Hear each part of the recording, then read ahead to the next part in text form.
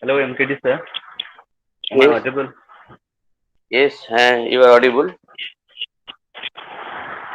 Thank you.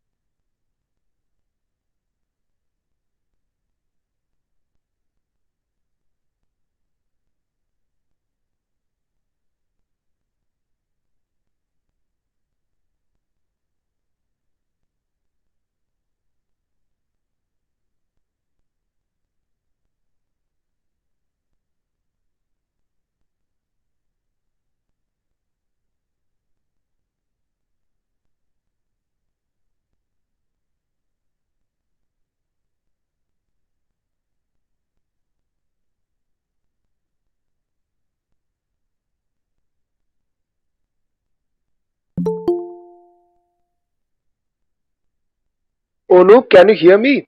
Onup, can I be heard? Yes, sir. Yes, sir. Thank you very much. Thank you very much. Has our speaker joined? Has our speaker joined? Not yet. Not yet. Okay. Thank you. We are Thank you. waiting. We are waiting, sir. Yeah. Thank you. Thank you very much.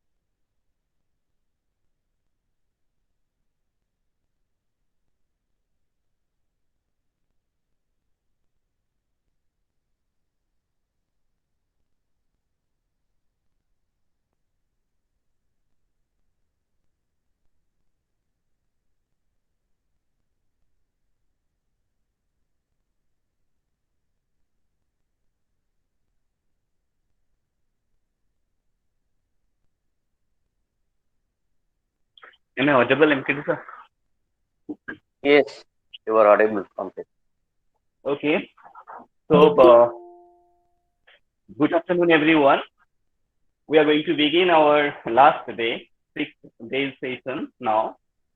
Today among us, we have our eminent speaker, Dr. Animes Roy. Thank you, sir, for accepting our invitation and giving your kind consent to deliver a special talk here today. Okay, am I audible? Yes, yes, sir. Sir, good afternoon. Good afternoon. Good afternoon to all of you. So, Okay. first of all, yes, Yes, now I would like to request Mr. Mrinal Kanti Das, one of the colleague of our department, also a co-convener of this organizing committee, to introduce and to welcome our sir, Onimus Roy, Dr. Onimus Roy. Over to you, sir. Mrinal Kanti, sir. Thank you, Anup. Actually, good afternoon, everybody, and welcome all the distinguished guests, speaker, and listener, viewer, and participant, scholars present on the web to hear our lecture. You know, it is the last day of the 6 days lecture series, and I am the privilege to introduce such a distinguished speaker. But before doing that, actually, I should not miss the opportunity to share my observation with my staffs, with my colleagues in the staff room. Actually, we have some informal relation. We cannot share our own view. We cannot say I cannot admire them. I cannot say about their qualities, but what the effort they put for they put within the 6 days is really commendable. At first, I want to thank Dr. who is individually I have some observation about him, who is a very straightforward person, upright and strenuous, who loves to work in silence without any formal reward. So I convey my thanks to Dr. Asif Panda, who is the organizing secretary of this seminar, and also above all the beloved HOD of our department. Then I want to convey my thanks to Dr. Sujata Ghosh, who is my colleague and who is a man of personality, actually whose personality attracts me, and also a righteous man, loving and above all good looking teacher. I love him. And then I want to say about Professor Kweli and Miss Professor Kweli Singh, very junior to me, but she is senior to me in terms of knowledge, very intellectual, and she is a perfect science lady. And then I come to AKR, who introduced me Anup Kumar Okit. He's a very energetic, very dedicated staff. Without his help, actually, such kind of program cannot be done. And special thank to my colleague, Mr. Anup Okit. Then I should mention Soma Moharana, who is a very dedicated and punctual staff in our department. Then lastly, I want to convey my thanks to humble and very responsible teacher, Rituparna Mahapatra, who loves to study. Always, I find him studying. Sorry, one phone came. Who loves to study? Who loves to study? So after all I am appreciation to all of them who have put forward their best work, best effort to make this program a grand success. Then I should introduce now. Let me introduce. It's an immense pleasure to introduce Dr. Dr. Onimus Roy, who is a distinguished speaker session there, and he is the assistant professor of English, Saint Xavier College, Simdega, affiliated to Ranchi University, Jharkhand, and he is actually his doctoral research was in the area of literature and post-colonial ecology. His area of research interests include environmental humanities, post-colonial studies, medical humanities, indigenous studies, gender studies, communication studies, and the North-South discourses. His recent publication include Eco-Criticism and the Southern Challenge, Eco-Criticism, Post-Colonial Eco-Critical Thoughts, Environmental Historical Difference, Rome and Littlefield. His forthcoming books, journal essays, and edited volumes are to be published with Bloomsbury, Springer, and Roman and Littlefield. Means he has wide variety of knowledge, actually variety of experience to discuss the topic. Today's topic is post-colonial eco-criticism. It's a burning issue. It's a burning term of today's literary the practice. The name of the topic is post-colonial eco-criticism, and actually post-colonial studies text and reveal the real ideologies that are concealed within. On the other hand, we find eco-criticism is a study of relation between humans and their environment. So, our study, today's study, will explore recent development in the area such as environmental humanities, animal studies. Actually, the famous critic Graham Hagen and Helen Tippin examine the transverse relationship between humans, animals, and environment across the wide range of post-colonial texts. I request all the participants, especially the PG students, to have the clear listening and to have the clear idea about the view, because it's an umbrella term and under which one term that like eco-criticism exists, and the students of PUC, they may explore your lecture and they will find something for their further study. I welcome all of you, and once again I welcome Dr. Onimesh De. Oh, sorry, sir, Onimesh Ra, to deliver your lecture, and once again I thank. Over to you, sir. Okay, thank you, Professor Das, for introducing so wonderfully. First of all, I express my sincere thanks to the principal of the college. My sincere thanks goes to the HOD English department, the other faculty members, as well as the organizing chair of this lecture series, that I have been, given this opportunity to give this talk and express my views on it. Every talk is an opportunity to share your views and explore each other's in unison as well. Now, today's topic, the topic of my talk, is titled as Post-Colonizing Eco-Criticism.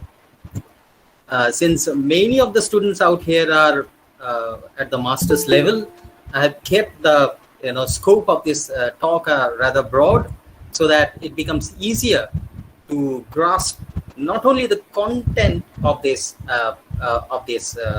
talk, but also the politics inherent in post-colonial eco-criticism. Now, if somebody asks what is the main content of post-colonial eco-criticism, or what is the main substance of this post-colonial eco-criticism, in simple terms, it's a challenge to mainstream or the Euro-North American eco-criticism, and it arises out of a desire to defeat and dismantle the hegemony of eco-critical theory and praxis, which for quite some time has projected itself as the vanguard of eco-critical consciousness. The post-colonial challenge consists in writing back against West's self-proclaimed epistemological centrality of eco-critical inquiry by giving voice to the disenfranchised of the post-colonial countries, by allowing the margins to speak and thereby to articulate their environmental realities, which till now had been either unrepresented or underrepresented in mainstream eco-critical discourses. So I have with me a couple of slides that I want to share with you, because I feel it would be better if we can look at these points. It would be easier to follow. Let me share this slide with you. Just a second.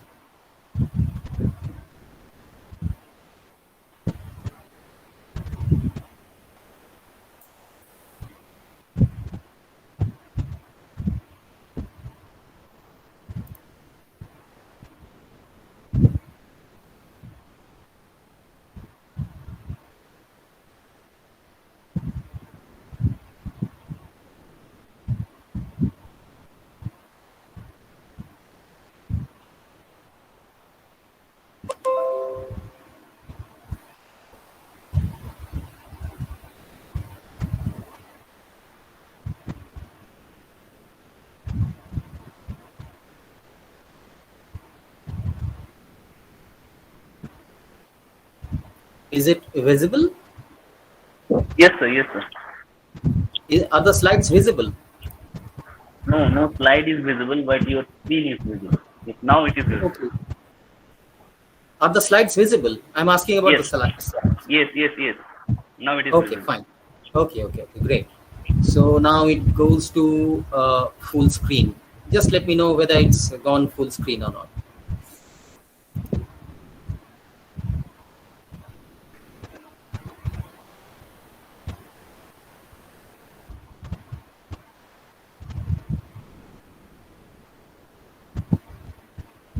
Is it full screen now? Yes, sir.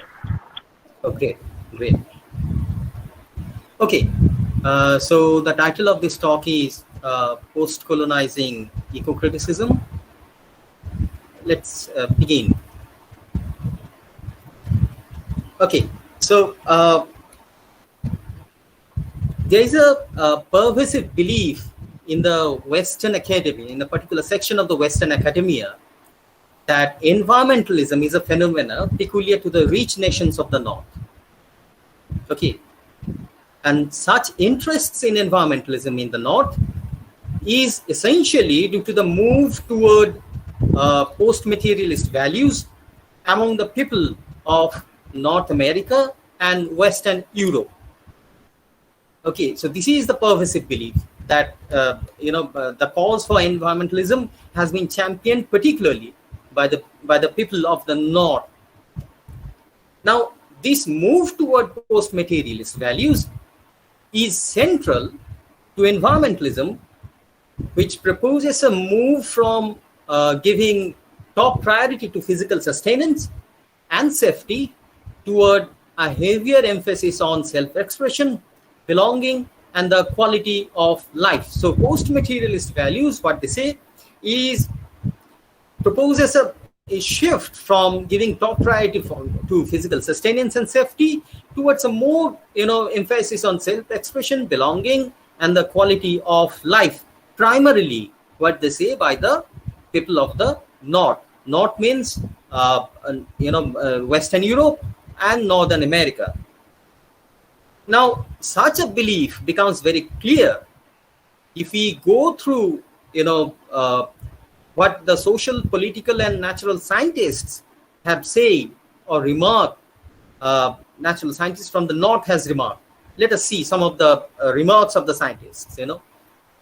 This is a remark by Lester Thoreau in his book titled "The Zero-Sum Society," published in 1980.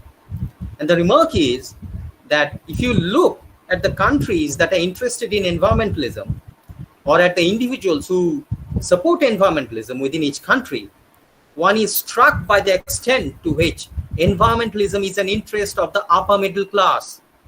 Poor countries and poor individuals simply aren't interested. Just look at the the way he puts it, the cause for environmentalism. Simply, it's the people of the North and people who are more affluent, the poor are not interested. This is what Lester Thoreau says in his book, The Zero-Sum Society, published in 1980. Next comes another remark. It is by Eric Hobsbawm, the political scientist, in his book, The Age of Extreme, published in 1994. And what does he say? It is no accident that the main support for ecological policies comes from the rich countries and from the comfortable rich and middle classes. The poor, multiplying and underemployed, wanted more development, not less. So again, championing the wealthy, the affluent class for the environmentalism that is taking place, and at the same time demonizing the poor. All kinds of environmental, either they are environmentally not aware, or such concerns are not there among the poor. Then there is again another theorist called Anna Bramwell in a book called The Fading of the Greens, published in 1994, where he says that only the maligned Western world has the money and the will to conserve its environment. It is the Northern White Empire's last burden and maybe its last crusade. look at the, the religious twist that it has been given. The cause of environmentalism has been given. It is the Northern White Empire's last burden, and maybe its last crusade. Okay, so this is how, all the most of these Western theorists are championing, the northern people, mostly the affluent people, for the environmentalism or the environmental concerns that is, right now, that is very much there in this at a global level. Now, the question is environmentalism, or what we are dealing with, eco-criticism, skewed? Now, despite such bold assertions by theorists like Thoreau, Hobsbawm, or Bramwell, such eco-theorization seems to be unfounded, since there in fact exists a vibrant body of both environmental activism and environmental literature in the post-colonial countries, which amply justify the presence of a distinct environmental consciousness among the people of the countries, and something which has been totally negated by these theorists. The concerns from the, the global south, the post-colonial countries, it has been denied and disregarded totally. Now, if you think of eco-criticism as a literary and cultural theory, we see that, eco-criticism as a form of literary and cultural criticism began to gain prominence in the Western academia in the 1990s, primarily in the US as well as in the UK. Now, simply defined, eco-criticism is the study of the relationship between literature and the physical environment. This is how Cheryl Glotfelty defines eco-criticism to be. Okay, how literature reflects the ecological values, the ethics, and everything. This is how Glotfelty defines. So, according to Glotfelty's definition, now Glotfelty is somebody from the West. The specific concern of eco-criticism is the shifting of emphasis and significance from man to not man, from anthropocentrism to biocentrism, from anthropocentric to a biocentric concern, the rejection of human solipsism, and the recognition of transhuman magnificence.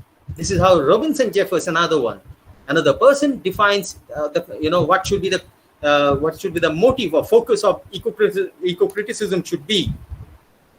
Now, eco-criticism, in fact, gives increased attention to literary representations of nature, shifting critical focus from social relations to natural relationships, and views the individuals of organizations.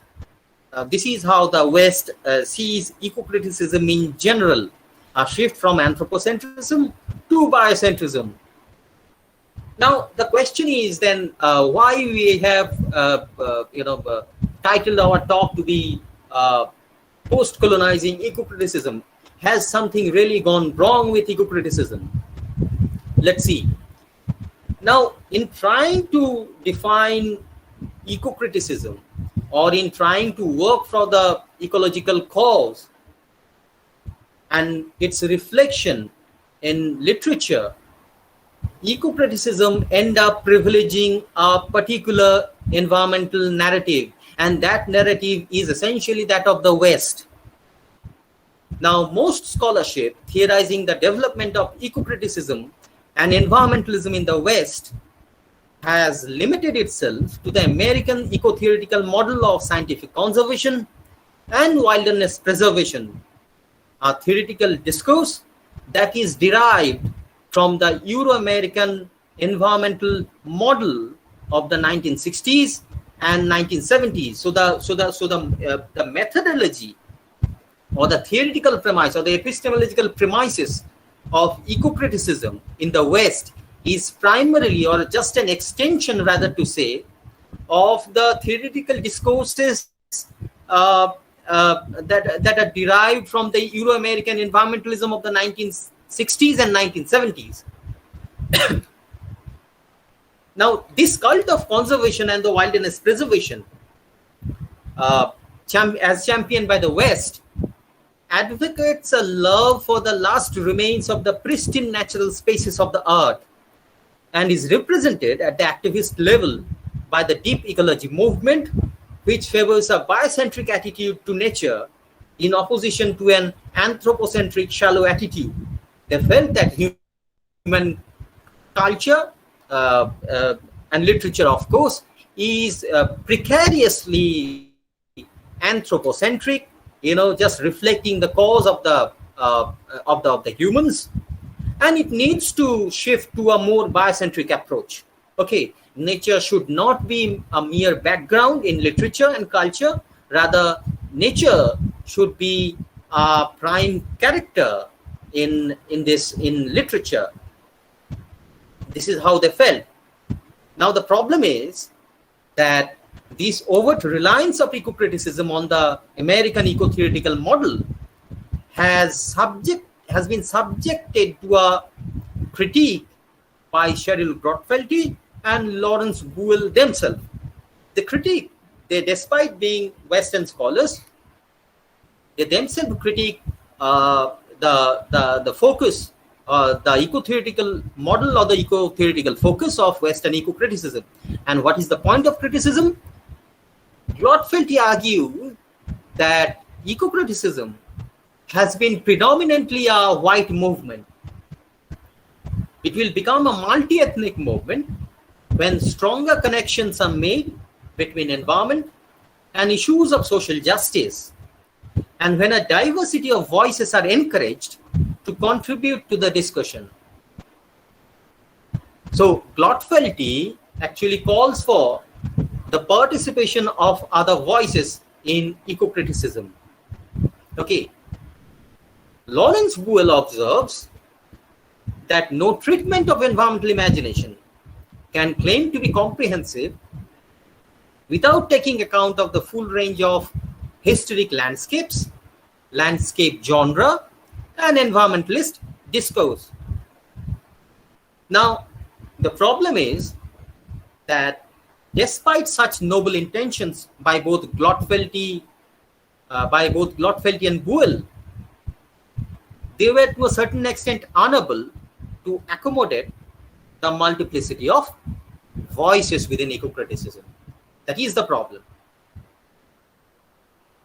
Naturally, eco-criticism became more of a broad study of environmental perceptions and the place of nature in the history of Western thought, especially the American environmental imagination, to such an extent that eco-criticism seemed to be an offshoot of American studies, and ignoring any trace of voices or any trace of voices to the post-colonial countries in its precarious subjectivity. So, though eco-criticism initially marked a shift from the anthropocentrism to biocentrism, it became increasingly parochial to a certain extent. There's a critique called Rob Nixon. Many of you are maybe aware of this. One of his observations is very pertinent. He says that we should be careful not to confuse American multiculturalism with international diversity, or to assume that the latter always automatically follows the former. He says because if you look into the book by Grotfelty that literally launched eco-criticism, the book titled as the Eco-Criticism Reader, you will find that most of the contributors are from America.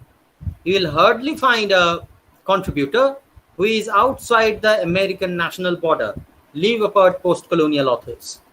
So eco-criticism, though marked a shift in concern from anthropocentrism to biocentrism, it increasingly became parochial and nationalistic to a certain extent.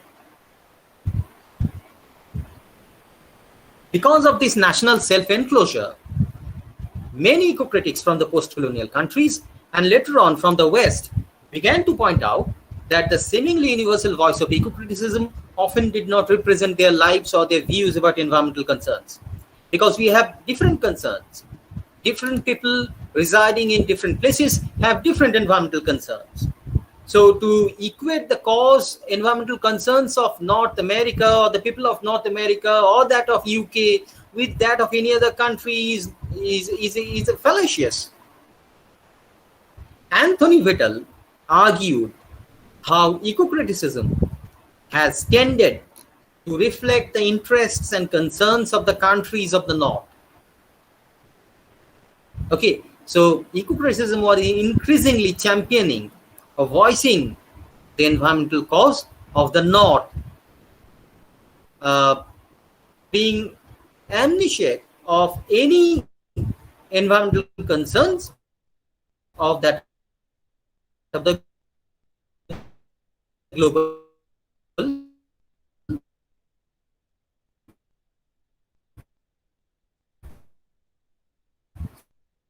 South. This is what Anthony Whittle had said or argued. Mainstream eco-criticism aspect of the environment not only served to concretize the split between nature and culture that found structuring antimony even in the face. So there has always been a binary between nature and culture.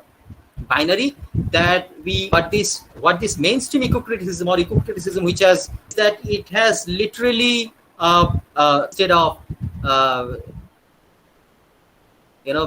seeing it as almost the same or informing each other. While recent scholarship on eco-criticism and environmentalism has located Europe and the United States as the epistemological centers, it has also created the impression that the other countries, particularly those of the global South or the post-colonial countries, due to material or other ideological reasons, have a less focused commitment to an environmental sustainable future, despite the fact that the post-colonial countries has for long contributed to an ecological imaginary and discourse of environmental activism that is not a derivative of the Euro-American environmentalists of the 1960s and 1970s. So what mainstream eco-criticism has done, that not only they denied a voice, an eco-critical voice, an environmental voice to these post-colonial countries, they also created a sort of that I and the other kind of thing. They almost disregarded any voices, any eco-critical voice that is not an extension of American environmental activism of the 1960s and 1970s. They disregarded the multiplicity of voices that eco-critical perceptions or environmental perceptions or environmental realities would be different for different countries. So they were literally going through a all size fits all kind of a solution. So many scholars involved in the study and teaching of environmental literature continue to look upon literature and environmentalism from post-colonial countries as outside of and secondary to the mainstream American eco-criticism. Initially, they denied, disregarded any voices from the post-colonial countries about the ecological realities of the post-colonial countries. And later, when they accepted such a voice, they saw such eco-critical voice as outside and secondary to the mainstream American eco-criticism. They saw post-colonial literature or post-colonial eco-critical literature as an exotic new arrival on the eco-critical scene. It's almost a kind of exotic theorizations that have never been heard, theorizations that defy American environmentalism, theorizations, eco-theoretical environmental cause, having its origin in their own culture. So it was for them almost not only secondary, but also an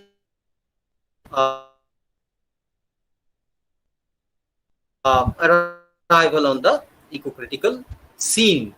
If we look at African writers, for example, we find that large African writers take nature seriously in their creative and academic writing, but many have resisted or neglected the paradigm that informs much of global eco-criticism. They have totally,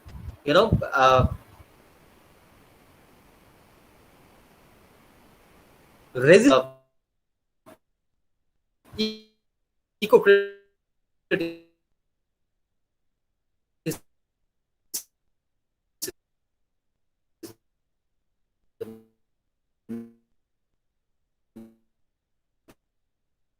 that is almost an epistemological challenge.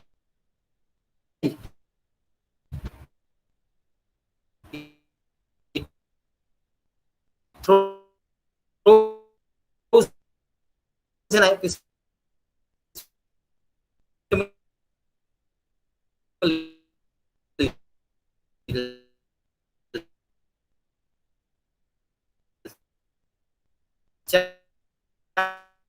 challenge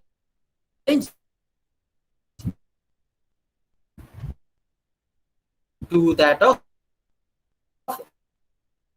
American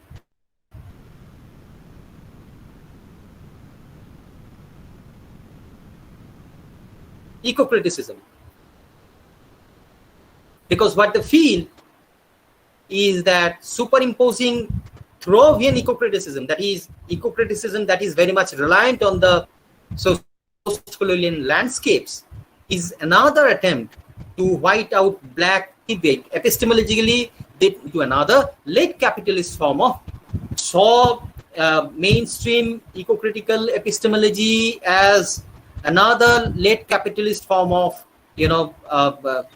exploitation, because it ran the risk of turning itself into another late capitalist form of ecological imperialism, they felt. Finally, American literary environmentalism often appears to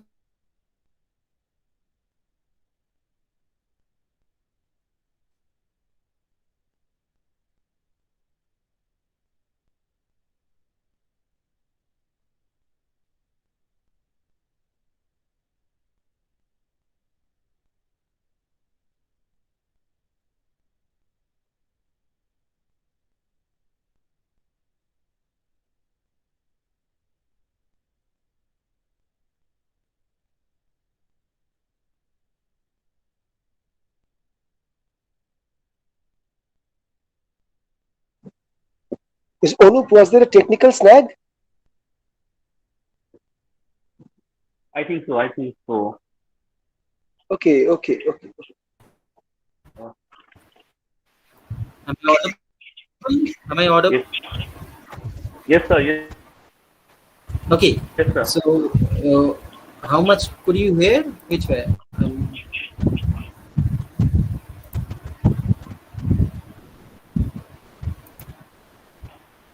Okay. Is it visible now? Yes, sir. You are visible. Okay.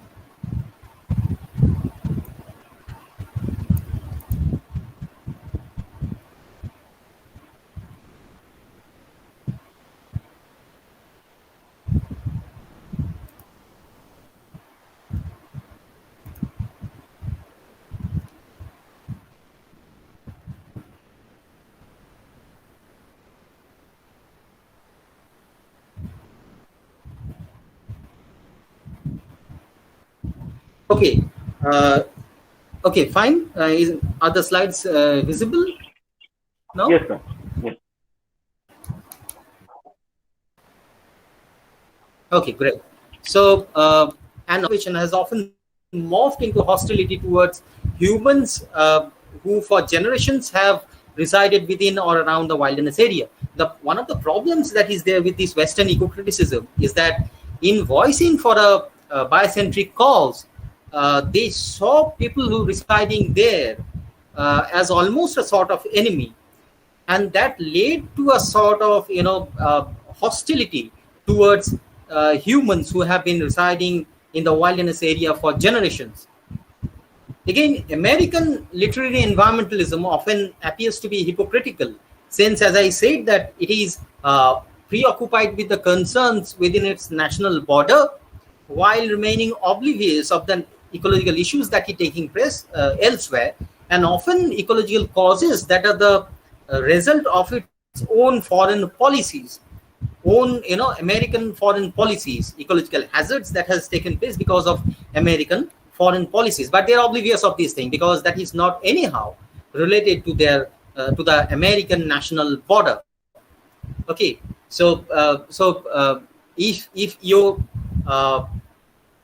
your frame is Red Rock country in USA, then United States may seem to be a wonderful nation of questionnaires who seek to create rather than to destroy. But if you see US and US environmentalism, or the proponents of the philosophy, or the philosophies of US environmentalism, from the vantage point of the 1 million Vietnamese still suffering the health consequences of Agent Orange, or from the perspective of the vulnerable micro-minorities of Nigeria, Ecuador, or West Papua, countries where American extraction industry giants like Texaco and Freeport McMoran run rampant, then a reluctance to destroy may not seem as definitive an American value. So it might appear that America is is wonderfully, it's a wonderful nation, championing the cause of the environment. But if you look at from the other side, what America has done to these countries, then America might not appear to be, environmentalism may not be that much an American value. So what these post-colonial scholars were saying, that there is a distinction between what Lawrence Buell calls environmental imagination, okay, something that is produced by the privileged of the northern hemisphere, and what Ramachandra Guha or John Martinez-Allaire calls the environmentalism of the poor, that is primarily associated with the post-colonial and the people of the post-colonial countries. So there is a difference between what ecological or environmental concerns of the north and that of the south. The ecological concerns primarily of the north, primarily by Lawrence Buell, what he calls as environmental imagination, and the environmentalism of the poor, primarily catering to the environmental cause of the global south, and which is primarily championed by scholars like Ramchandra Guha and Joan Martinez-Allaire, and which is associated with that of the post-colonial countries. Now the problem is that these two causes, in order to explain or in order to understand the ecological realities of the post-colonial countries, these two streams of or disciplines of post-colonial environmentalism and post-colonialism have to come together. But the problem is that there is a mutual silence between environmentalism and post-colonialism. Now, Rob Nixon, in one of his essays called Environmentalism and Post-Colonialism, brings out 4 epistemological gaps, between these two fields that have prevented an engagement with each other. Now, what are those gaps? The gaps are, first of all, is that while post-colonialism primarily deals with issues of hybridity and cross-culturation, mainstream eco-criticism is primarily drawn towards the discourses of purity, virginal wilderness, the remains of the last tracts of untouched wilderness of the earth, and a retreat from social and political pollutions of the modern life. So there is a difference in a focus of what primarily post-colonialism and environmentalism deals with, that prevents an engagement. with among each other. This is the first point what Rob Nixon says. The second point is that while post-colonial theory and criticism has largely concerned themselves with issues of displacement, migration, and diaspora created as a result of colonialism and globalization, eco-critical theory and criticism has tended to prioritize issues of ethics of place and belonging. So on the one hand, there is post-colonial theory, which is voicing about displacement, about migration, about diaspora, and on the other hand, there is environmentalism, which proposes a radically different philosophy of this eco-critical theory of this this ethics of place and belonging to the landscape. So there is a difference again. Thirdly, post-colonial framework is critical of nationalism and favors a cosmopolitan discourse. So, post-colonialism basically champions cosmopolitanism. American eco-criticism or the Western eco-criticism, on the other hand, has limited itself within a very parochial framework of wilderness preservation. This is the third, point of difference. Finally, the fourth point of difference is that the different models of historiography that are followed by both post-colonialism and eco-criticism. Okay. Now, post-colonialism tries to exhume the marginalized post-colonial past by exposing the machinations of colonial and historical erasures. By contrast, within much of environmental literature, history is often repressed to or subordinated to timeless, solitary moments of communion with nature. So these are the four epistemological gaps that basically prevents an mutual inquiry or mutual engagement between post-colonialism and eco-criticism. And that has led to almost a kind of theoretical limbo till that point, to understand the post-colonial realities. So it is essential for coming together of post-colonialism and eco-criticism to understand these things. Now, despite these points of departures, one has to understand that a mutual engagement between post-colonialism and eco-criticism is essential to understand the post-colonial realities of the environment in post-colonial countries. And being academically myopic to categories of race, class, gender, colonial and post-colonial inequalities only serve to marginalize the long history of critique by ecological or indigenous eco-socialist environmental justice scholars. So the primary thing about post-colonial eco-criticism is that one has to pay attention to the issues of race, class, gender, colonialism, and post-colonialism, and how it impacts or how it has impacted the ecology of these post-colonial countries. Now, Scott Slovic, as you know, is a very famous critic. He supported such a coming together of eco-criticism and post-colonialism, and he said that such an attempt will help to show the value and necessity of the combination of two perspectives. It is essential for almost a synergy of both of environmentalism and post-colonialism, or for the matter of fact, eco-criticism and post-colonialism, because post-colonialism or post-colonial eco-criticism has in fact effectively renewed rather than belatedly discovered its commitment to the environment. So because on the one hand, post-colonial theory provides a very specific critical tools that helps to explore the ways in which literature addresses intersections between racial oppression and exploitation of nature, while on the other, a post-colonial perspective draws attention to the ways in which questions typically asked by eco-criticism needs to be rephrased.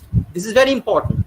The questions that are typically asked by eco-criticism. Now, by eco-criticism, I primarily mean Western eco-criticism, and how it needs to be rephrased in order to address the eco-critical, perceptions of the global South or that of the post-colonial countries. Because post-colonial countries, in that sense, is an attempt to dismantle the very mechanisms of exclusion that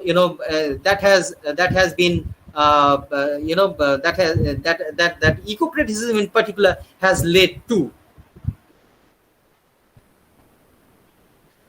it is essential that we should understand both the post-colonial perspective as well as the eco-critical perspective, because to theorize the global conditions of colonialism and imperialism, one cannot but consider the complex interplay of environmental categories such as water, land, energy, habitat, migration, and everything that is going on there.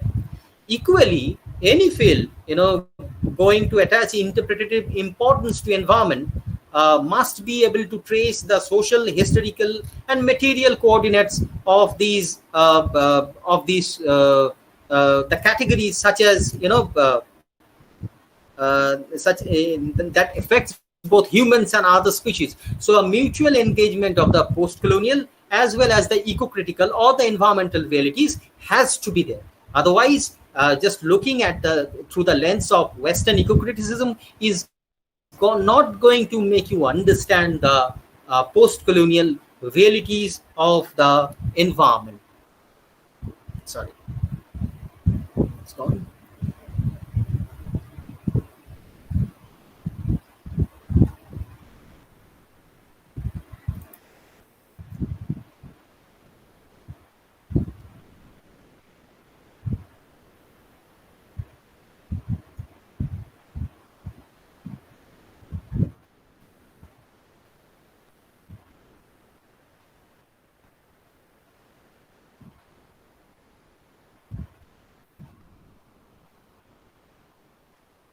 Okay, so the body of literary texts, both fiction and non-fiction, from the post-colonial countries, what they try to do, they try to resist the eco-critical hegemony of the North as usual by writing back against the world centers of political, cultural, and economic powers, articulating the intersection of nature, culture, and history from the perspective of the post-colonial countries, which has faced the brunt of colonized past and an uneven, neoliberal capitalist development at present.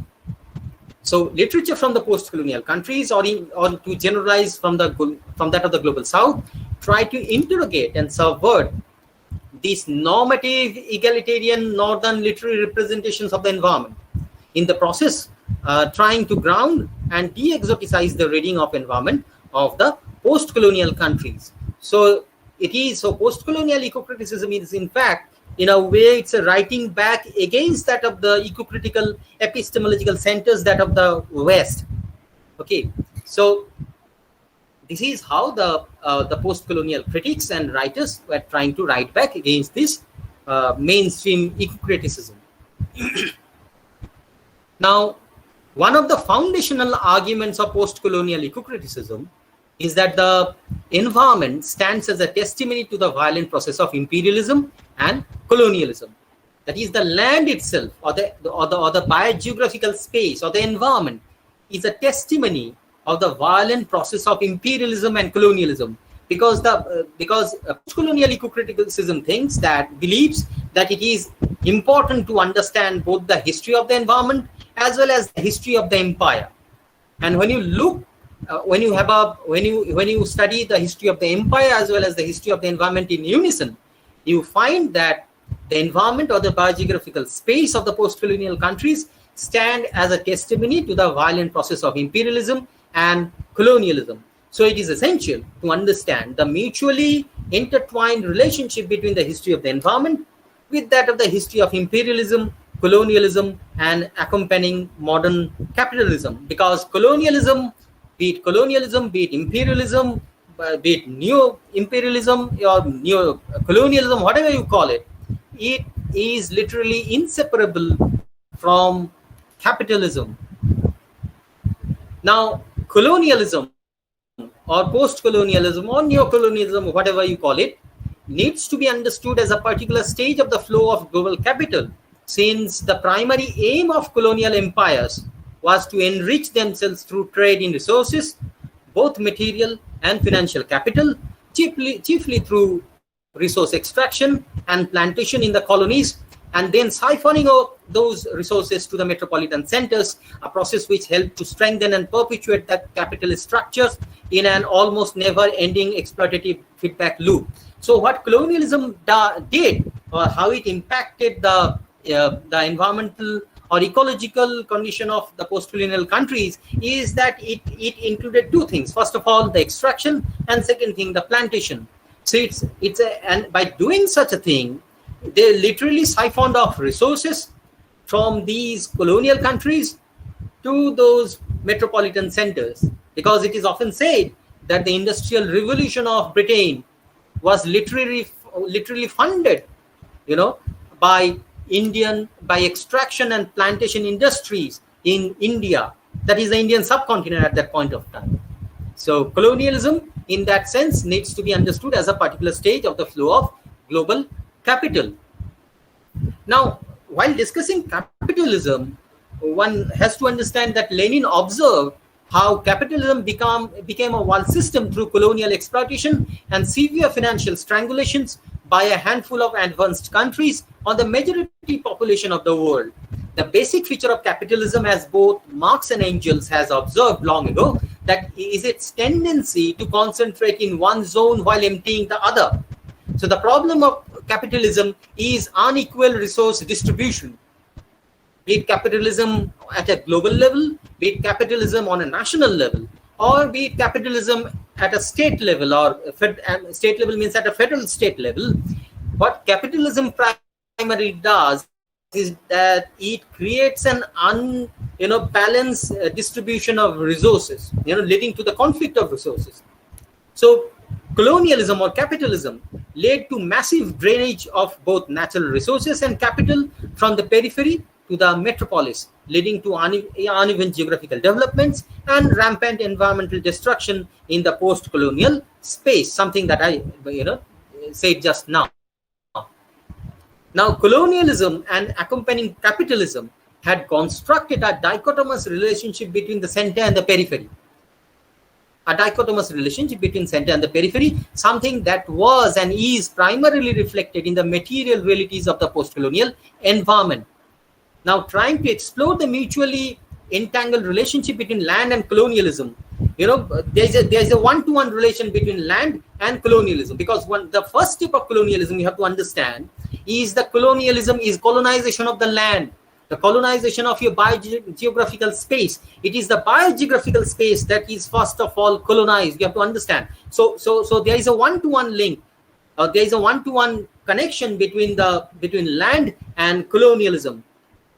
So trying to understand the entangled relationship between land and colonialism, the Palestinian scholar Edward Said argued in his book Culture and Imperialism about how for the natives, the history of the colonial servitude is inaugurated by the loss of the locality to the outsider. So colonialism in fact begins with the loss of the locality, the loss of the biogeographical space, the loss of your environment, the loss of your ecology, by whatever name you call it, to the outsider.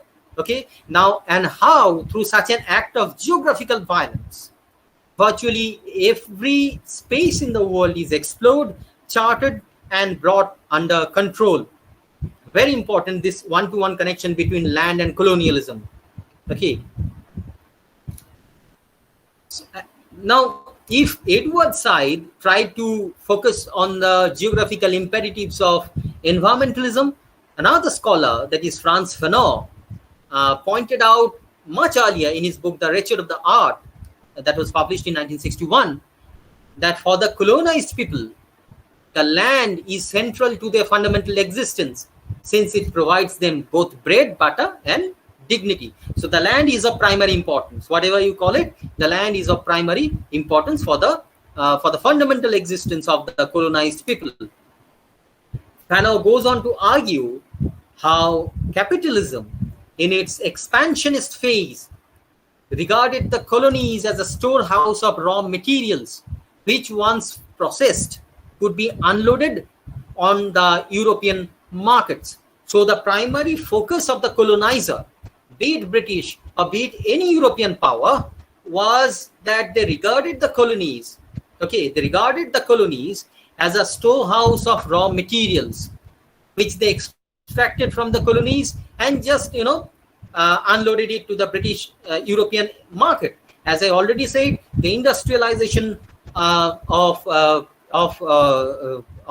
Britain was based on the deindustrialization of India.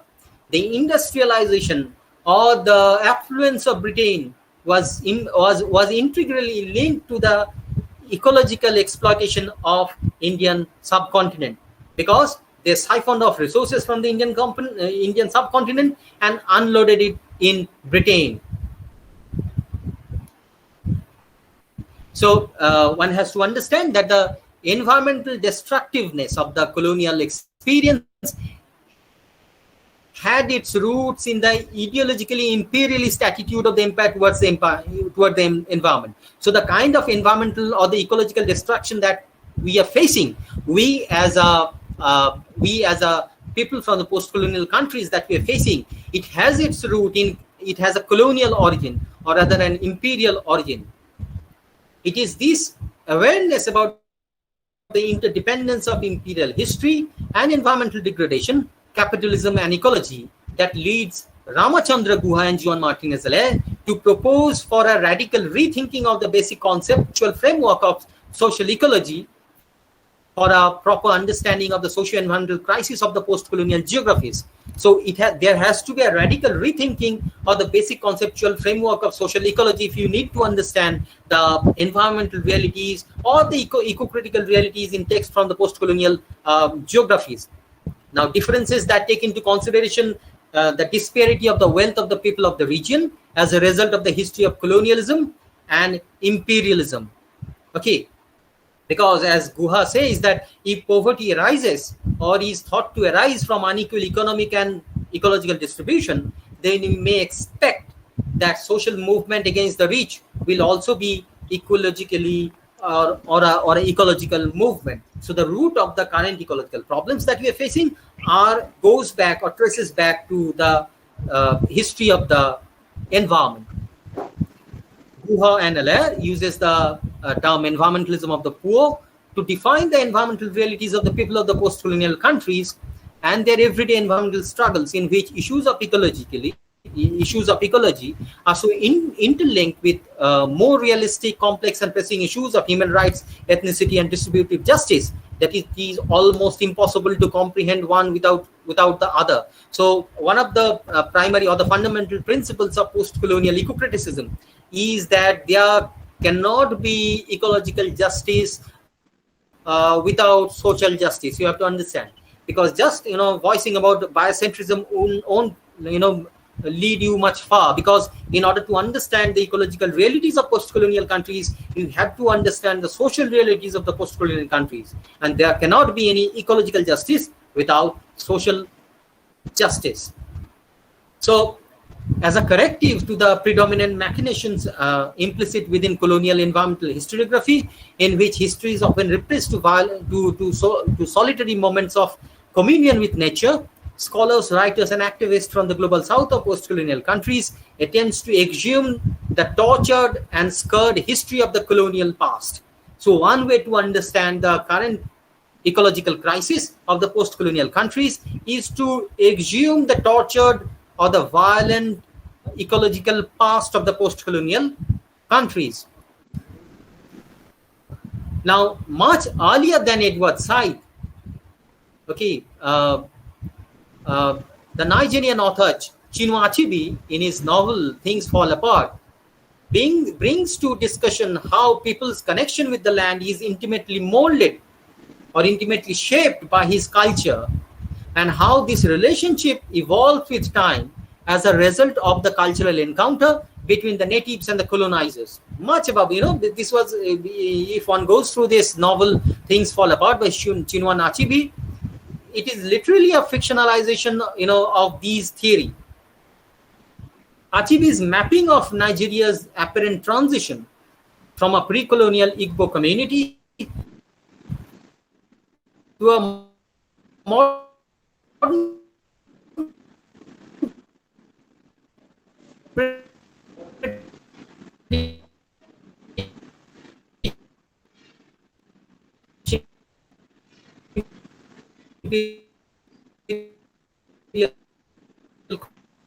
colony depicts the gradual cultural and ethical shifts among the natives of Africa which finally paved. So one has to understand that the way to imperial colonizing cultural colonialism of Africa. The very interesting thing to had in the repertoire, be it religion, be it culture, be used as the tools of the empire, So there is no doubt that for the imperial colonizing mission in Africa.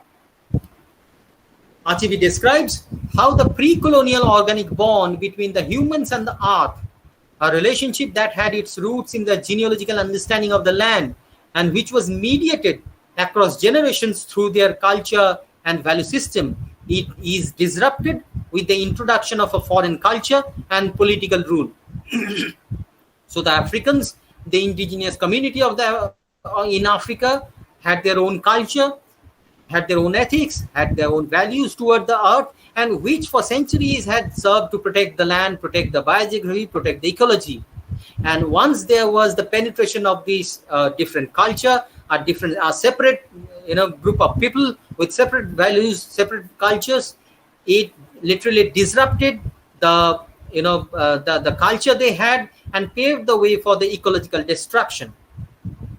Archivi anticipates in a way what Edward Said describes as a process through which colonialism or colonial servitude is inaugurated with the loss of the locality to the outsider. Archivi says it again and again, that is the one-to-one link between land and colonialism, the one-to-one the one-to-one relationship between environment and colonialism. Because when colonialism takes place, the first thing to suffer is the land. The first thing to suffer is the ecology. Now, Archivi is also critical of territorial colonialism as a result of the loss of the land to the colonizer. The imperial cultural machineries, especially the way religion was used as a tool of the empire in the imperial colonizing mission. So, as I said, that literally everything, including religion, was used in a colonial mission. Okay. Now, territorial colonization through military occupation and cultural hegemonization exposed the once pristine African frontiers to unchecked environmental exploitation.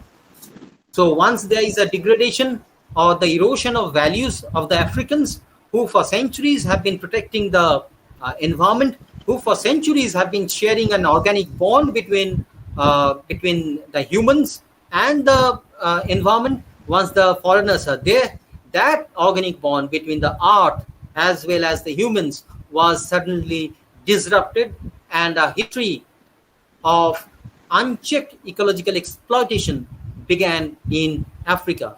So if you look into the contemporary ecological or environmental problems of Africa, the root of the problem goes back to that of the colonial period. Now, territorial colonialism led to political colonialism and opened up the opportunity for unlimited resource exploitation and capital accumulation, mainly through resource extraction and plantation economy. So once there was, the territorial colonialism, the political colonization was just a matter of time. And the silver mining in the Andes in South America by the colonial Spanish Empire in the 16th century is an example of how colonial resource extraction brought havoc to both the environment and the people of the region. So the first step is territorial colonization, that is colonization of your landscape, of your biogeography, and once that is done, the next step is that of the political colonialism, in which the resource or natural resources are literally siphoned off from your soil to other countries, particularly the imperial center.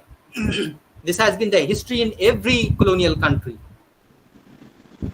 A similar history of colonial extraction and resource exploitation marks the history of the tropical island of Nauru.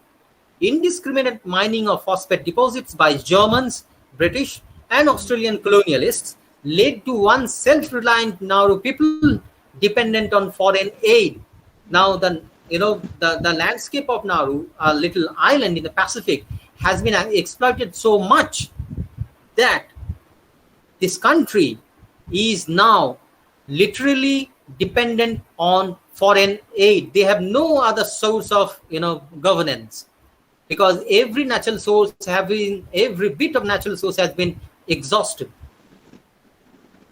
The Pacific Island novelist Daryl Turtle, in his novel Islands of the Frigate Birds, lays bare the unimaginable environmental horrors and severe human rights violations in the Pacific Islands as a result of the European colonial expeditions, primarily for the sake of phosphate deposit extraction. If you feel that if there is any literature which literally records such exploitation or this extraction, there is obviously, and that novel is that of Daryl Turtle, the Pacific Island novelist, and the name of the novel is Islands of the Frigate Birds, which literally documents the ecological violations of the Pacific Islands.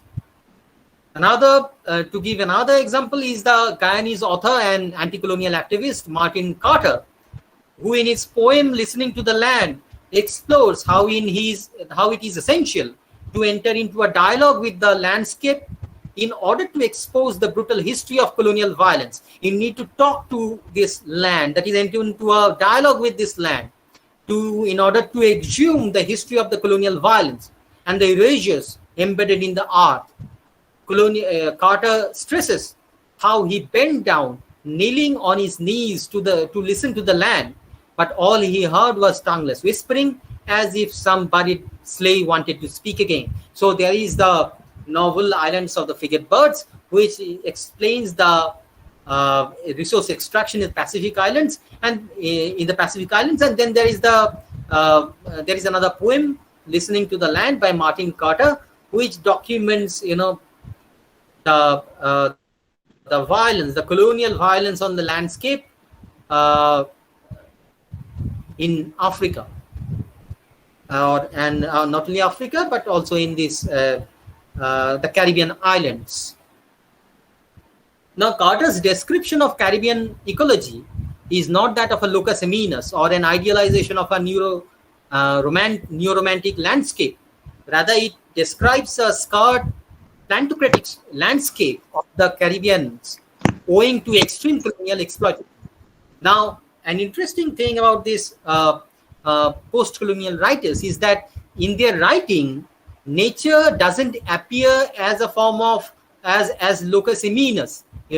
Nature doesn't appear as something that is always right with the world. Not like that. They are not trying to romanticize nature. They are not trying to exoticize nature. Rather, what they are trying to do is that they are trying to expose the scarred plantocratic landscape of the Caribbean, or that of the extraction industry that is running rampant even in the colonial times as well as in the post-colonial period. Carter envisions listening to the land as central to understanding the past, to recognize how the empire has exploited both the landscape and its people, and what means were available to those not only who were exploited, not only to the land that was exploited, not only the people who were exploited, but to both. And those people, the land, the humans who were residing there for centuries, and how they were impacted again and again because of imperial landscaping and re-landscaping. Now, Jamaica Kincaid, in A Small Place, another book, points out how the British Empire wiped out the entire forested area of Antigua for cotton, tobacco, and sugarcane cultivation, and replaced the indigenous population with imported slaves, thereby making the entire island dry and dependent on tourism. Another example, in Jamaica Kincaid's novel, A Small Place. So what is the point in the colonial violence? At the heart of the European colonialism was an environmental double standard, something which Lawrence Kuehl otherwise calls as the environmental double thing. That is, you have separate standards for two different things. One environmental standard for the colonies or the metropolis, and another environmental standard for the periphery or the colonizing countries. Okay, so now another important thing to consider is that the encounter of colonialism with indigenous people was also an encounter between different epistemologies of natures. Different epistemologies of nature, it's a conflict. Okay, now this becomes very clear in a very well-known novel by Amitav Ghosh, and the title of the novel is The Hungry Tide. In Hungry Tide, Amitav Ghosh explores how human relationship with non-humans is deeply conditioned by the way they situate themselves in nature. I hope many of you have gone through this novel, The Hungry Tide, and if you look into the crux of the novel, that is the conflict between the humans and animals, you will find that how with time the relationship between animals, particularly the tigers, and the humans that has been residing there for centuries, not centuries, but for hundreds of years, has evolved with time, and how this relationship is deeply conditioned by the way they situate themselves in nature. Okay, there was a period when the residents of Sundarbans used to protect the tigers, feeling that they're part of their own, and now is a time when they are up against arms against tiger, because they feel that tiger right now is their enemy.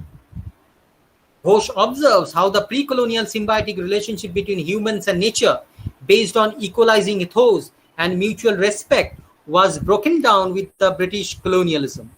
So the ethos and the pre-colonial symbiotic relationship that was there between humans and nature in pre-colonial times was broken down with the onset of British colonialism. Now, if the root of the current ecological crisis in the post-colonial countries lie in a history of unprecedented loot and plunder during the colonial period, which led to severe depredation of material resources of the colonies, it is also essential to understand how this contemporary ecological reality is connected to complex reticular structures of global neo-colonial and neoliberal order. Though colonies have formally ceased to exist after World War II, informally it inaugurated a regime of severe and more sustained exploitation of the erstwhile colonies as the nature of the capitalism changed from industrial to financial. So after independence, after World War II, most of the countries started gaining independence, and colonialism almost ceased to exist. But the point is that colonialism didn't end. It just changed its form. And the exploitation of the erstwhile colonies as the nature of the erstwhile colonies and the nature of the capitalism changed from industrial to financial. Now earlier it was the exploitation was in the name of industrial development. Now it had changed its form from industrial to financial. Again, going back to Edward Said, where Said refers this situation to a political process through which, despite the West having parted with their former colonial territories in Asia and Africa, have retained them as financial markets over which they continue to rule morally and intellectually. So though the colonialists have gone, they are still present, and they are still, controlling us morally and intellectually. And this land, that is particularly this land that is the land of the post-colonial countries, are literally the financial markets of the erstwhile colonial empire. Okay, so while capitalism during the colonial phase was interested in extraction or extracting certain material riches out of the colonies to fuel the industries of the metropolitan centers, in the post-colonial times, the former colonial territories were turned into what Fanon calls an economically dependent country, you will find that most of these post-colonial countries are dependent on foreign aid, either from Asian Bank or either from African Bank or either from this World Bank. So these colonial territories, what Fano calls, are literally economically dependent country, and it ensures a long-term market of goods to the former colonizers. So colonialism has ended. It didn't end. Colonialism has changed its form literally. Earlier it was in a certain form, in an industrial. The exploitation was through industrial, because of industrial. The exploitation was because you had to set up industries in the metropolitan center. Now the mode of exploitation of the biogeography has changed, and now it's changed from industrial to financial. In post-colonial times, the late capitalist economy inaugurated a new historical condition, a more intensified and sustained exploitation of the majority of humans and non-humans of the former colonies by a cartel composed of their own and core metropolitan Europe or Northern American elites, whose interests are embodied in giant transnational corporations and speculative financial transactions. The colonization has changed its form.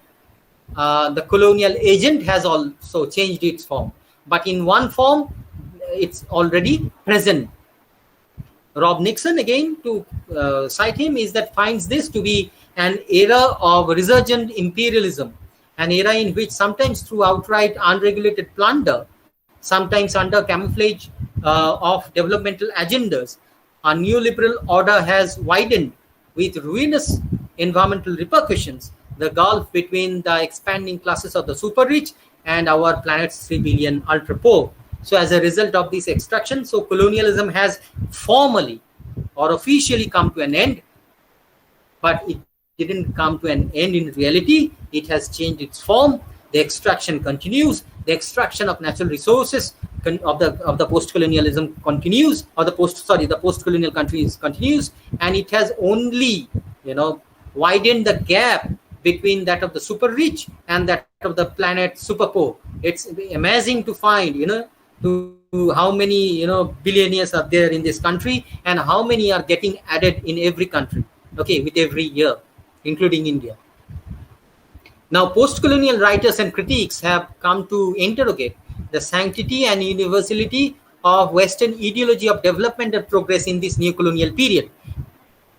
Because these post-colonial writers and critics have come to interrogate the sanctity and universality of this development, Western ideology of development and progress, because this the present ecological crisis of these post-colonial countries is integrally intertwined to the discourse of or the Western ideology of development and progress.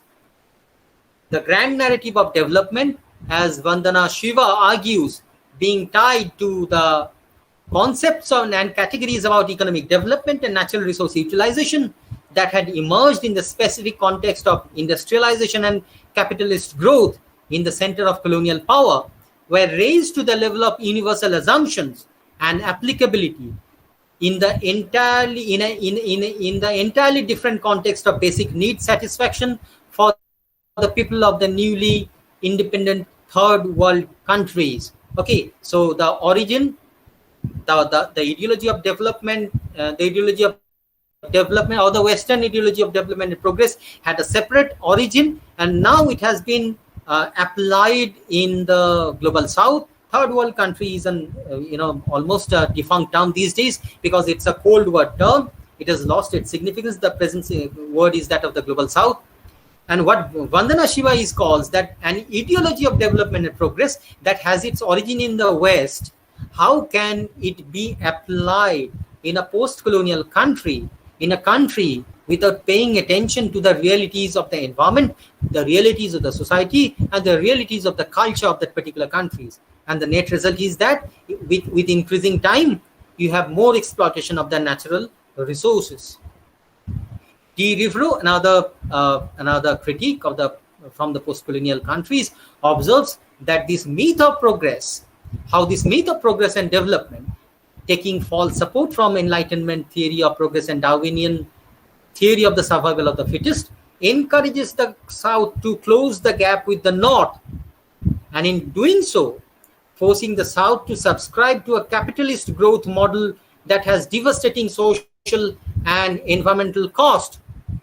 Development and the progress it implies is thus best understood as colonizing anti-colonialism. This is very important, because the World Bank, there are certain banks, the capitalist structures, they are funding, made these post-colonial countries dependent on foreign aid. And in order to receive the foreign aid, you have to move toward capitalism. And capitalism means unequal resource distribution. And when there is unequal resource distribution, the rich becomes richer, the poor becomes poorer. Okay, and de Rivero finds this capitalist structure is a way of colonizing anti-colonialism. You are trying to subvert the anti-colonial movement that had been waged long ago. You have to remember that colonialism didn't end. It has only changed its form from industrial to financial. So during World War I and before, there has been attempt to subvert colonialism. Many countries did so. Many countries got independent. And now the earlier colonizing forces have joined powers, joined hands in an entirely different guise. And these, Western ideology of progress and development is nothing but an attempt to colonize, to subvert anti-colonialism. This is what Rivero feels. Now, taking a jibe at India's post-colonial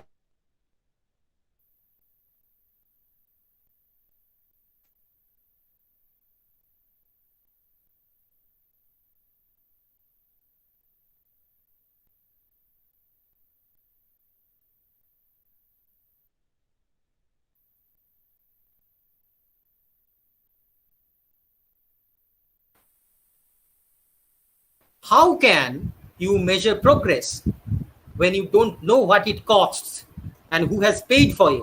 How can the market put a price on things such as food, clothes, electricity, running water, when it doesn't take into account the real cost of production? So Arundhati Roy, in an essay, The Greater Common God, literally questions this Western ideology of progress and development. That is, progress for whom? Development for whom? Okay. Roy argues how the multi-billion-dollar dam industry, having been decommissioned in the countries of the North for its social and ecological hazards, is deliberately pushed to the post-colonial countries in the name of developmental aid and globalization, and made possible by the vicious nexus between politicians, bureaucrats, and dam construction companies. Okay, so these ecologically hazardous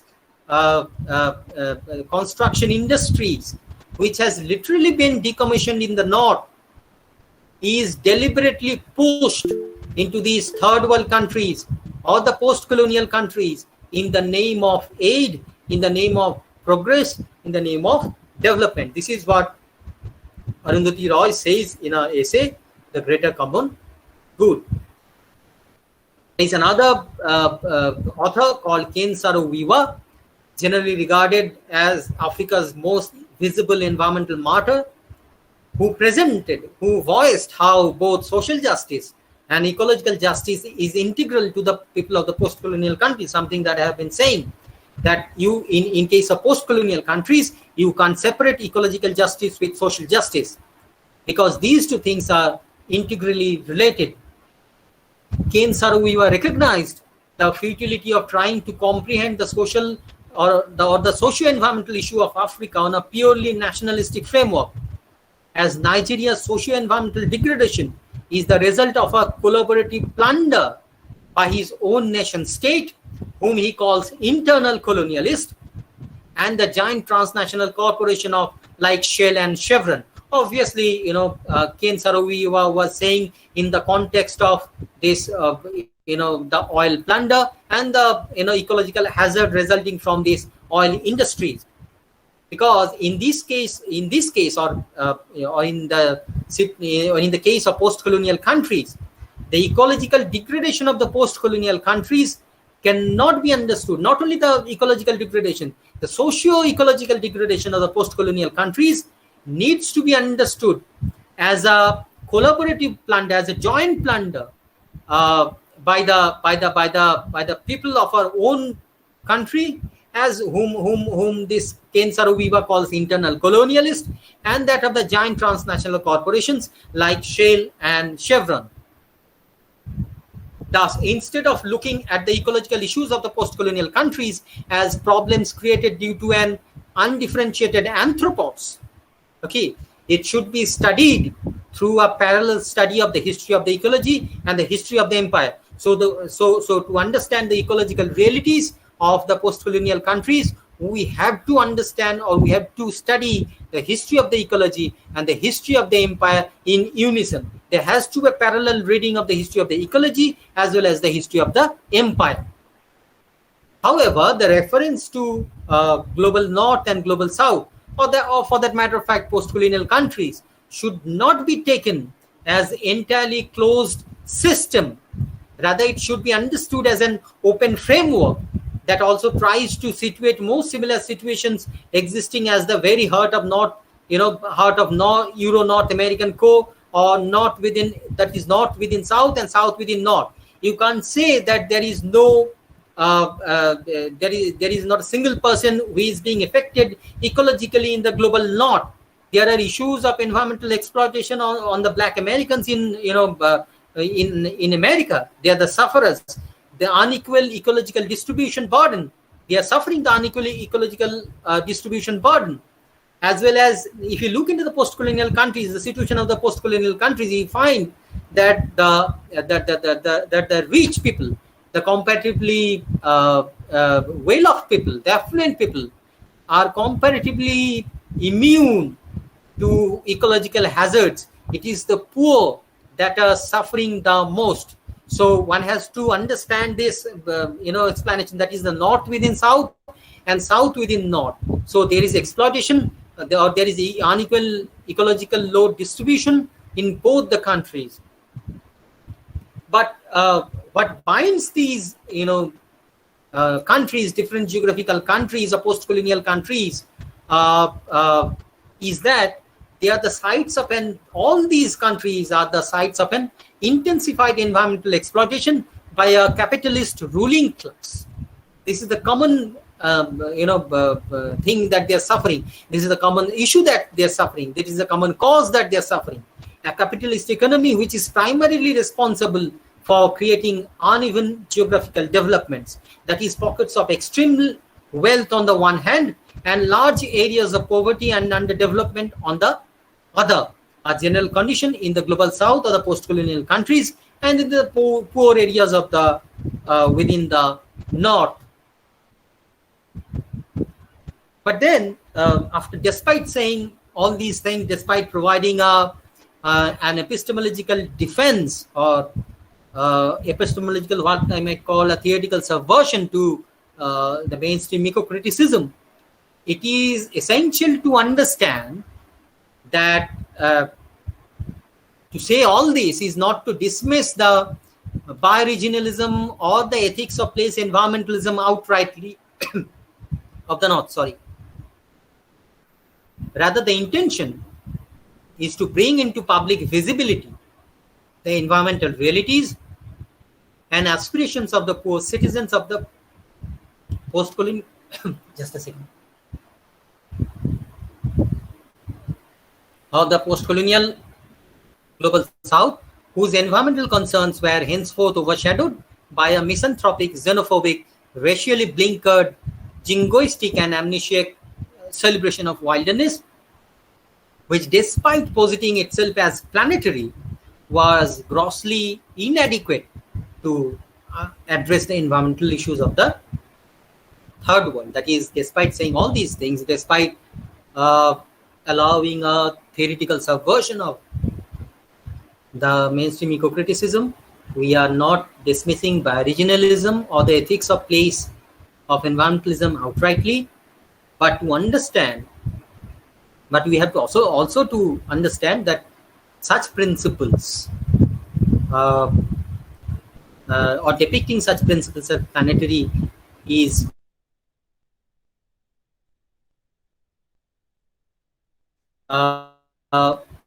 inadequate, grossly inadequate to address the environmental issues of the third world. Again, eco-criticism of the north and that of the south, or the post-colonial eco-criticism, may be different. The realities may be different. There may be differences, theoretical differences, but there are also certain areas of overlap. This is, I suppose, I feel that I could give you an idea about what post-colonial eco-criticism is all about. Okay, so this is all I had to say for now.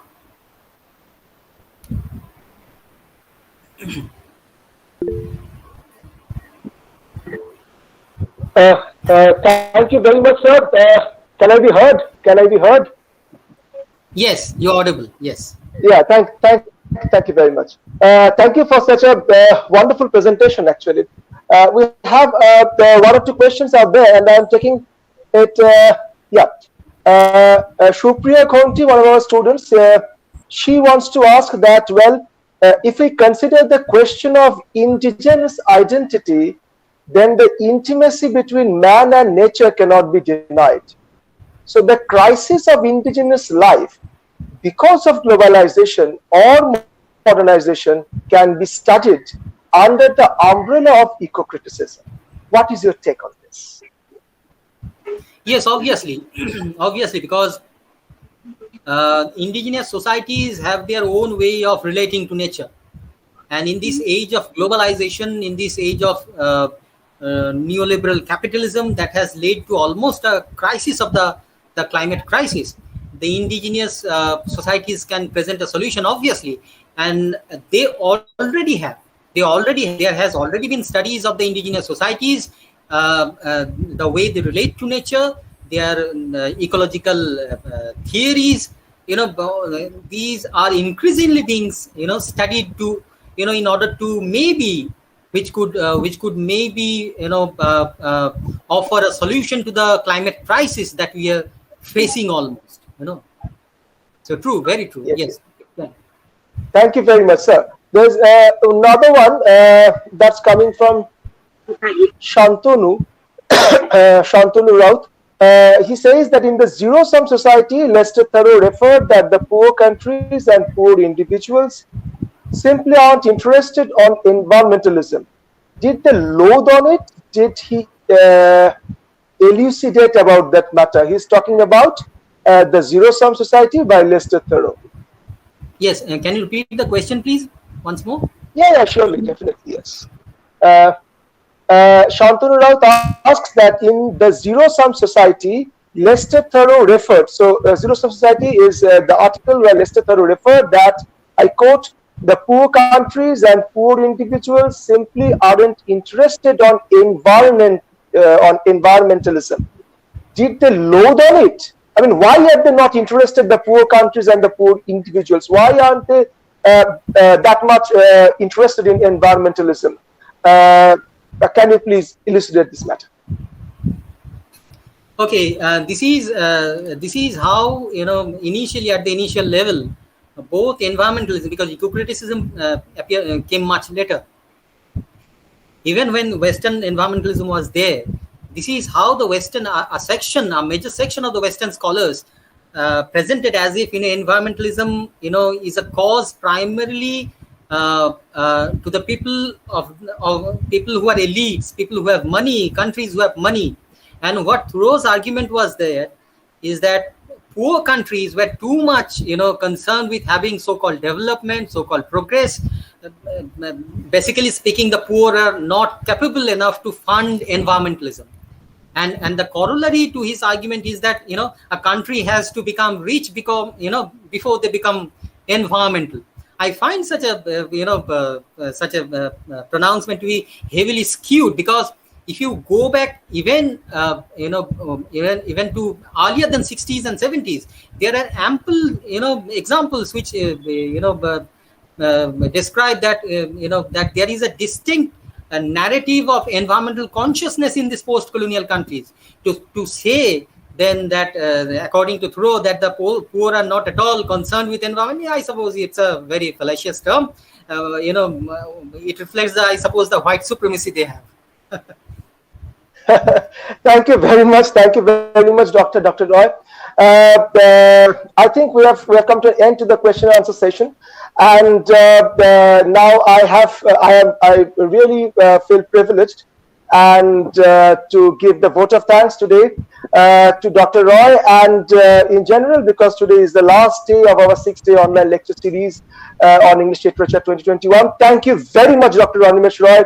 Dr. Animesh Roy is the assistant professor, Department of English, St. Xavier's College, St. Jacob. Thank you very much, and thank you for giving us time from your busy schedule. And thank you very much. We are enriched, and I feel that our students too, they have learned a lot about eco-criticism and eco-criticism. These days, I think everybody should learn, because it is something that is in. It is something that is very, very happening. Thank you, Dr. Roy. And what I found, I really have found a lot from your paper, and I was thinking about that the general distinctions that we make regarding anthropocentrism and biocentrism and all these things. This possibly leads to a kind of, I'll quote, a kind of ahistoric approach to the non-human nature that eco-critics call the non-human nature, the wilderness. So thank you, Dr. Roy, very much, because you doted on this. The other thing is that you have very well referred and hinted at how the so-called, in a very racist term, how the so-called whites and the civilized, they have somehow denied the role of the so-called wild humans. I'd say the wild humans who take care of the forests and the wilderness, and they somehow they just simply deny the role that these people have played. And basically, these are the people who have played a major role in preserving the wilderness and the non-human nature. So thank you very much, Dr. Roy. So these are the treasures that we are taking. I just like to supplement of what you say, is that there are many instances of the Western people, the colonial representatives in India setting up our the zoological park or maybe the botanical garden, their representations. But the problem is that science, if you look into the into their scientific workings, you will find that science was literally used as the tool of the empire. Okay. Yes. Sir Ronald Ross discovered the pathogen for malaria while sitting in SSKM. What is SSKM nowadays? And for which he was awarded the Nobel Prize, I suppose, in if I don't get it wrong, 1899 or 1901. I just forget. Okay. So, but if you go through the letters of Ronald Ross and how he is writing about malaria and the scientific research of malaria in the context of Africa, you will say that you will find that Ross is saying that the discovery of microscope is important because it will lead or it will help colonialism. So there has to be seen how science was neutral. I suppose science was not neutral. Science was, in that sense, was very much political. It was a political attempt, and science was literally used to as a tool of colonialism. Obviously, we got certain things. We learned a lot, but there was also the politicization of the science. And that in fact led to the destruction of the ecology. The emergence of malaria, the development of malaria in India took place because of unregulated, extraction of these, because of tilling of these soils, because of creating railway lines and all these things. Malaria started from there. So every kind of ecological degradation, goes back somehow or the other to this colonial enterprise. Thank you very much, Dr. Roy. Thank you very much. Now, let us to come to the vote of thanks in general. We had a long online lecture series, the 6-day online lecture series organized by the Department of English, Belda College, and it all started with Dr. Arnab Kumar Sinha of the Assistant Professor, University of Burdwan. I still remember Dr. Arnab Kumar Sinha's lecture on William Blake. He doted on this land and the tiger. It all began with him. Then we came down to Dr. Shubhadeep Paul, the Assistant Professor, Department of English Language and Literature, Cultural Studies, Bankura University. Shubhadeep was pointing at the wonderful histories, the past of Shelley's Ozymandias, and a number of heterogenic complexities in Ozymandias. So after that, we had lectures of Dr. Ashish De, the Associate Professor and Head of the Department, Moishadal Raj College. Ashish had a wonderful rendition on Amitav Ghosh, and his paper was on refugees and the migrant workers. So thank you, Dr. Ashish De. Thank you, Arnab Kumar Sinha. Thank you, Dr. Shubhadeep Paul. Thank you, Dr. Ashish De, for being there. We had Professor Hemant Kumar Golapalli, Assistant Professor with Dashragod University. His focus was on John Keats, and I was listening to him very carefully while he was focusing on the interior realms of Keats, and particularly, quote-unquote, the term consciousness. I still remember Mr. Golapalli's lecture. It was wonderful listening to him. Thank you, Professor Hemant Kumar Golapalli. We had Dr. Devdas Roy, Associate Professor and Head of the Department, Shukumar Sengupta Mahavidyalaya. His paper was on Introduction on Done. His talk was on Introduction on Done. And really, I had rarely heard a lecture so lucid and so entertaining, so very understandable to the students and even to us. Thank you very much. Thank you very much, Dr. Devdas Roy. I must also thank today's speaker, Dr. Animesh Roy. He is the Assistant Professor, Department of English, St. Xavier's College, Simtega, and his paper, Post-Colonizing Eco-Criticism, a paper that is very, very relevant today. And I think after Dr. Roy's lecture today, I think we'll all think a bit differently regarding eco-criticism, because post-colonial eco-criticism is certainly something that is in and is very, very important for us to know. So, and the kind of theories that he gave us, the kind of the scholars and their renditions and his own opinion regarding the scholars, and this, I think we are really thankful to you, Dr. Roy. Thank you very much for being with us. Thank you very much for being here.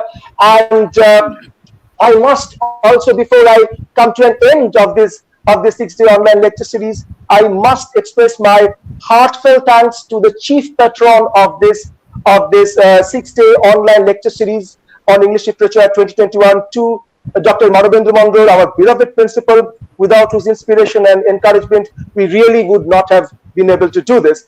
I am grateful to all the teachers, students, scholars, enthusiasts, people from all fields, academicians, non-academicians who have participated in this online lecture series through this Google Meet, and the audience at large through YouTube, because it is being streamed live on YouTube. I thank all of them for enriching us with a number of questions and taking and simply participating in the discussions. So I thank really all of them. I thank all the teachers of the Department of Belda College, other than English department, even those who are listening to this online lecture series, the students, other than our own department, because we know really that there are certain lectures, there are some lectures that really are always basically fundamentally they are interdisciplinary. They simply go across the subject. So people who are listening to this online lecture series, even outside our very own sphere of English literature, I thank all of them. I particularly thank my students of English literature at Belda College, and without whose inspiration, I'll say simply, I'm really inspired by them. The kind of enthusiasm that they have shown, and the kind of participation. Even I really don't think when we were students, we were so very enthusiastic about lectures and all these things. We, most of the time we used to skip away from colleges and universities and all these things, but really, I am really grateful to my students that you really listen to these lectures, remain glued to your seats.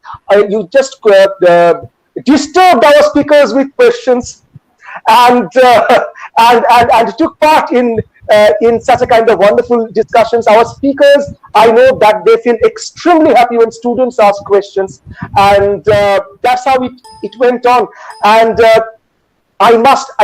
so I definitely thank my students of English literature, both UG and PG, because we also have the postgraduate courses in English literature. And so I thank both my UG and PG students at Birla College who have participated in this online lecture series. I thank our technical support, Mr. Shubir Shah, faculty of BCA department, for being with us day and night. He had worked to make this successful, because we are not really very technical people. And Dr. Shubir Shah, Mr. Shubir Shah had been there, always had been there for our support. And last but not the least, as one of the conveners of this online lecture series, I must thank all the organizing committee members here. And today, may I have the privilege to take their names one by one, thanking them. I first want to thank our current head of the department, Dr. Ashit Panda, who is the organizing secretary of this online lecture series. I call him Ashit. Without your encouragement and help, this was simply just not possible, because you always wanted to do it, and we also wanted to do it, but somehow it was not happening. But thank you, Ashit, for your encouragement. Thank you, Ashit, for your support. You had always been there. I want to thank Kueli Shingo, assistant professor, Department of English, our very own department. Kueli, I really have done so many conferences and seminars and all these things, but as a convener of this organizing committee, I must say that there are 3 words which absolutely suits you. That is commitment, seriousness, and dedication. Without you, it just wouldn't have been possible.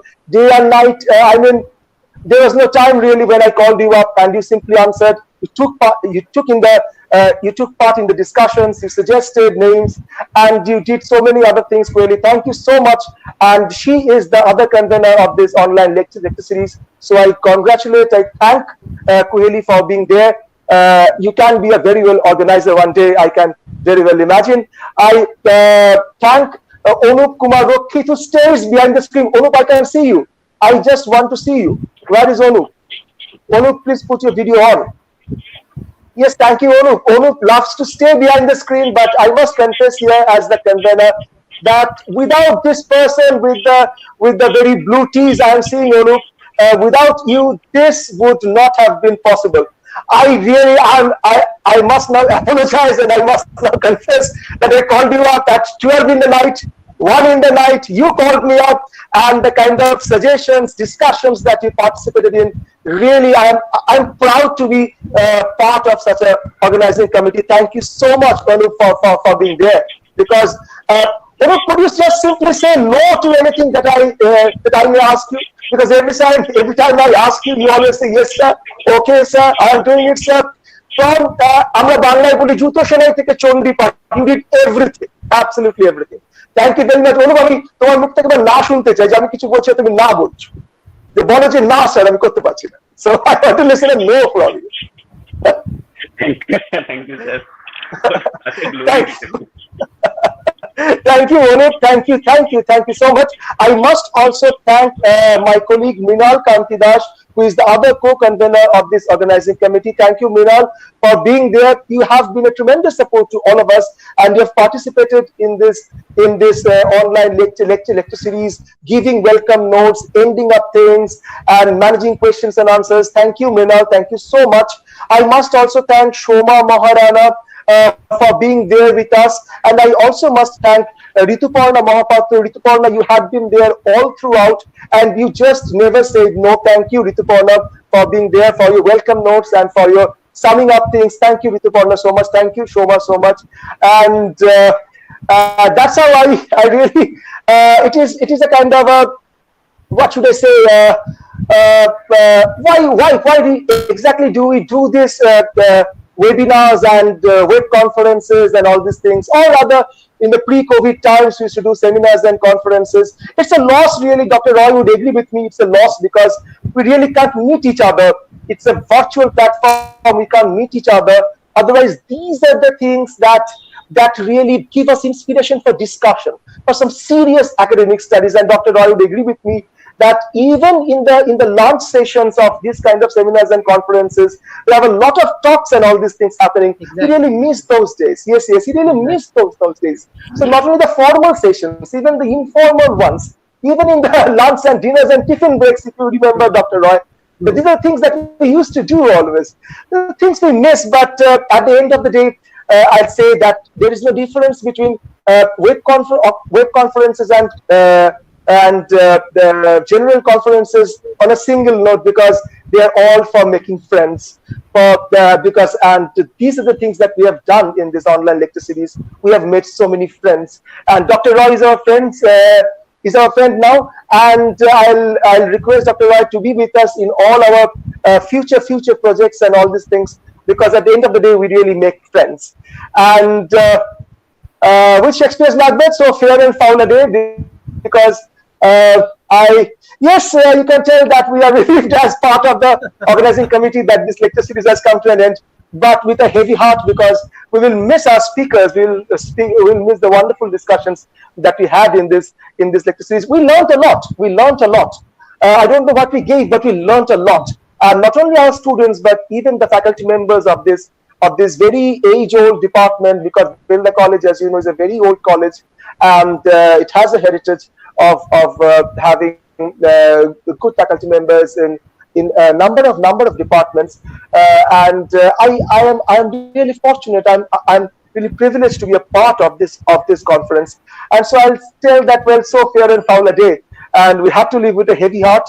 And with the kind permission of the speaker today, Dr. Animesh Roy, and with the principal of the college, and on behalf of the organizing committee, with a heavy heart really, but with a smile on all our faces, because at the end of the day we have successfully managed to do it.